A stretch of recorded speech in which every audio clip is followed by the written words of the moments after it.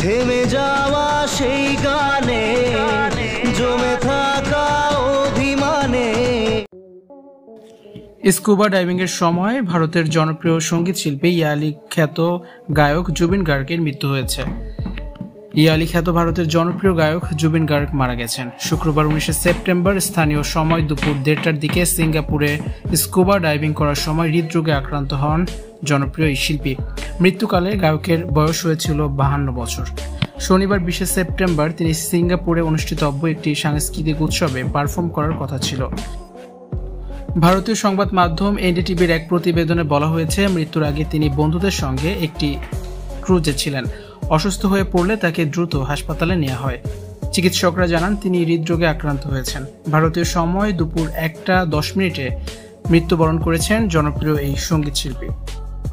মৃত্যুর খবরটি ভারতীয় সংবাদ মাধ্যমকে নিশ্চিত করেছেন আসামের মুখ্যমন্ত্রী হিমন্ত বিশ্ব শর্মা। তিনি বলেন, আমি কেন্দ্রীয় পররাষ্ট্র প্রতিমন্ত্রী পবিত্র মার্গারিটার কাছ থেকে ফোনে এই দুঃখজনক সংবাদটি পেয়েছি।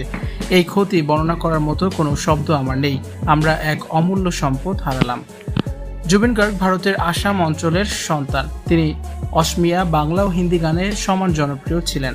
সিঙ্গাপুরে অনুষ্ঠিতব্য উত্তর পূর্ব সাংস্কৃতিক উৎসব শুক্রবার 19 সেপ্টেম্বর থেকে 21 সেপ্টেম্বর পর্যন্ত চলবে। আর শনিবার নিজের ব্যান্ড নিয়ে জুবিন গার্গের মঞ্চে ওঠার কথা ছিল। 1972 সালের 18 নভেম্বর জন্ম নেওয়া জুবিন গার্গ ছিলেন একাধারে গায়ক, সঙ্গীত পরিচালক, সুরকার, গীতিকার, সঙ্গীত প্রযোজক, অভিনেতা ও চলচ্চিত্র পরিচালক। 1992 সালে অনুষ্ঠিত যুব মহোৎসব পাশ্চাত্য একক পরিবেশনায় স্বর্ণপদক লাভ করার পর জুবিন গার্গের জীবনের মোড় পাল্টে যায়।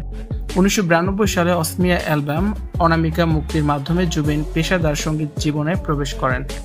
তবে 2006 সালে অনুরাগ বাসুর গ্যাংস্টার সিনেমায় ইয়ালি গানে কণ্ঠ দিয়ে তিনি সবচেয়ে বেশি পরিচিতি লাভ করেন। এরপর তিনি ভারতীয় বাংলা সিনেমায় অসংখ্য শ্রোতাপ্রিয় গান উপহার দিয়েছেন।